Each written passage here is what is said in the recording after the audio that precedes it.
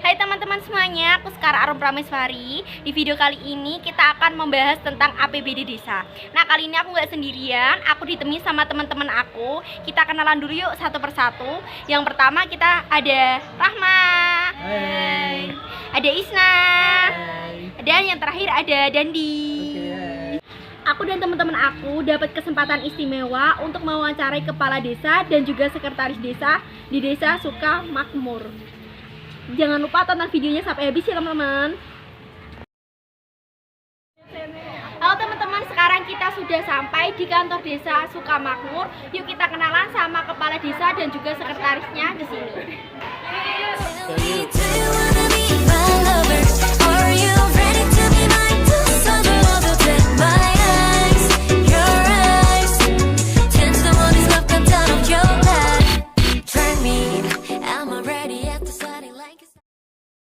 Perkenalkan, ini Ibu Mainda sebagai kepala desa di sini dan juga Ibu Rahayu sebagai sekretaris desa di sini. Terima kasih sudah memberikan kesempatan kami untuk melakukan wawancara di sini, Bu. Ya, sama-sama. Silakan. Ya, Bu, terima kasih. Terima kasih. Silakan Adi, ada yang mau ditanyakan? Bu, kepala desa, bagaimana sistem pengelolaan APBD desa? Oh, baik. Jadi itu pengelolaan keuangan di desa berdasarkan Permendagri nomor 20 tahun 2018, di mana di dalamnya itu mengatur tentang pengelolaan keuangan di desa. Nah, sama halnya dengan sistem pengelolaan keuangan di negara maupun daerah, sistem pengelolaan keuangan di desa ini meliputi perencanaan, pelaksanaan, penatausahaan, pelaporan, dan pertanggungjawaban keuangan di desa. Lalu menurut informasi yang saya dapatkan, pengelolaan keuangan di desa diwujudkan dalam APBD desa. Apakah benar seperti itu? Iya, jadi tepat sekali. Salah satu wujud dari pengelolaan keuangan desa itu dapat melalui APBD desa. Nah, APBD desa sendiri itu merupakan rencana keuangan tahunan pemerintah desa. Jadi jalannya seluruh kegiatan tahunan pemerintah desa itu dengan berdasar pada APBD desa. APBD desa ini dijalankan dengan berprinsip transparan, akuntabel, partisipatif, dan disiplin dan taat anggaran supaya mewujudkan cita-cita dan tujuan desa Sukamakmur untuk menjadi desa yang maju dan terdepan. Lalu bagaimana cara penyusunan APBD desa di desa Makmur ini? Jadi yang pertama itu kepala desa, saya sendiri itu membentuk tim penyusun untuk menyusun RKP desa. RKP desa ini merupakan rencana kerja tahunan pemerintah desa. Nah, RKP ini kan nantinya setelah disusun akan disahkan menjadi perdes tentang RKP desa. RKP akan di-input dalam Fiscal Desk atau sistem keuangan desa. Nah, RKP ini disusun untuk dijadikan pedoman kita dalam menyusun rancangan APBD desa bersama dengan pedoman penyusunan APBD desa yang sebelumnya sudah disusun oleh pemerintah kabupaten atau kota. Nah, setelah kita satu tim itu menyusun rancangan APBD desa tersebut, kemudian kita membahas rancangan peraturan desa tentang APBD desa tersebut kepada BPD. BPD itu melakukan dua pembahasan. Yang pertama, pembahasan secara internal sendiri oleh BPD itu selama 10 hari.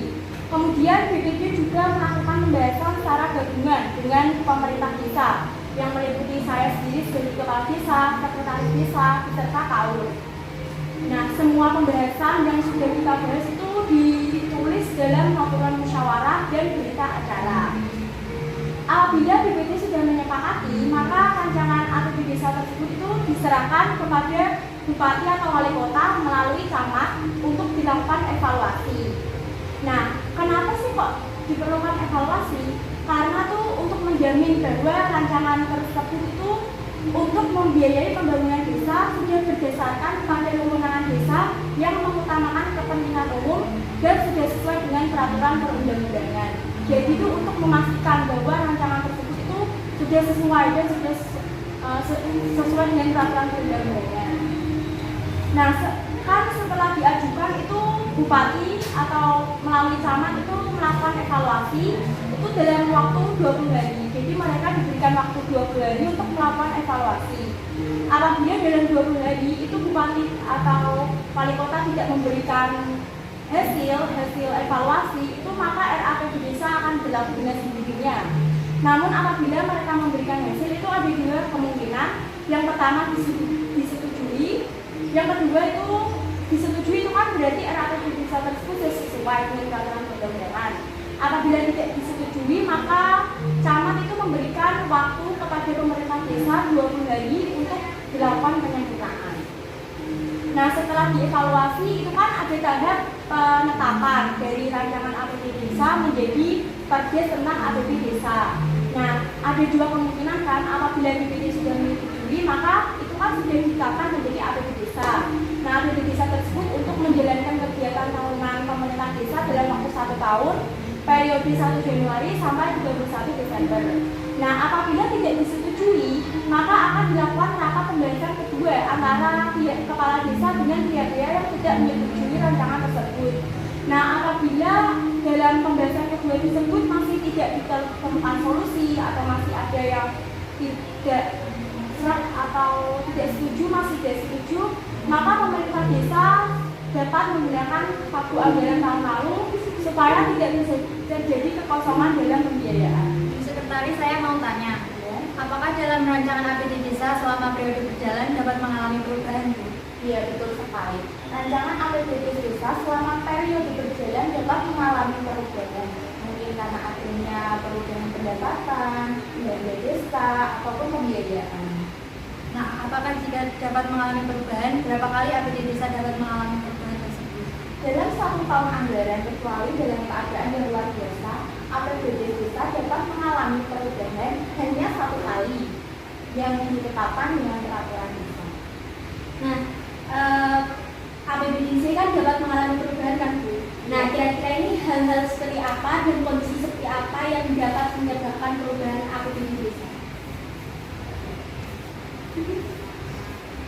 Yang pertama itu adanya penambahan dan atau pengurangan dalam pendapatan desa pada tahun anggaran berjalan. Yang kedua, terjadi sisa penghematan belanja dan sisa lebih perhitungan pembiayaan tahun berjalan yang akan digunakan dalam tahun berkenaan. Yang ketiga, keadaan yang menyebabkan harus dilakukan pergeseran antar bidang, antar subbidang, antar kegiatan, dan antar jenis belanja. Yang keempat, keadaan yang menyebabkan siapa tahun sebelumnya yang harus digunakan untuk tahun yang akan datang. Menurut pelajaran yang kami terima di sekolah Bu, tahap penyusunan perubahan APBD desa itu pertama itu dimulai dari rapat penyusunan rancangan APBD desa. Ini tuh dilakukan oleh pemerintah desa, masyarakat, lembaga kemasyarakatan, dan juga unsur kecamatan. Yang kedua, pembahasan rancangan perubahan. Hal ini tuh dibahas oleh internal badan permusyawaratan desa. Yang ketiga, kesepakatan bersama tentang rancangan perubahan APBD desa. Ini dibahas oleh kepala desa dan badan permusyawaratan desa. Yang keempat, penyampaian rancangan peraturan desa perubahan APBD. Nah, ini tuh dilakukan oleh kepala desa kepada camat. Setelah itu, yang kelima itu ada evaluasi rancangan peraturan desa perubahan APBD. Nah, apabila setelah dievaluasi ternyata sesuai dengan perundang-undangan, maka nanti rancangan perubahan APBD desa ini akan ditindaklanjuti dan ditetapkan sebagai peraturan desa yang baru. Ini juga dilakukan oleh kepala desa. Kira-kira seperti itu. Iya, benar sekali seperti itu. Jadi hasil dari perubahan APBD desa itu juga ditetapkan menjadi peraturan desa tentang perubahan APBD desa. Terima kasih atas informasi tentang APBD desa ini. Informasi ini sangat membantu kami dan juga subscriber yang melihat. Terima kasih atas waktunya Ibu. Ya, sama-sama. Ya.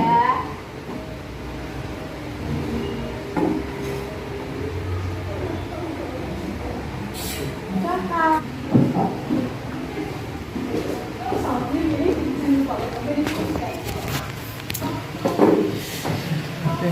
Hai, jangan lupa like, comment, dan subscribe. Terima kasih. Perubahan.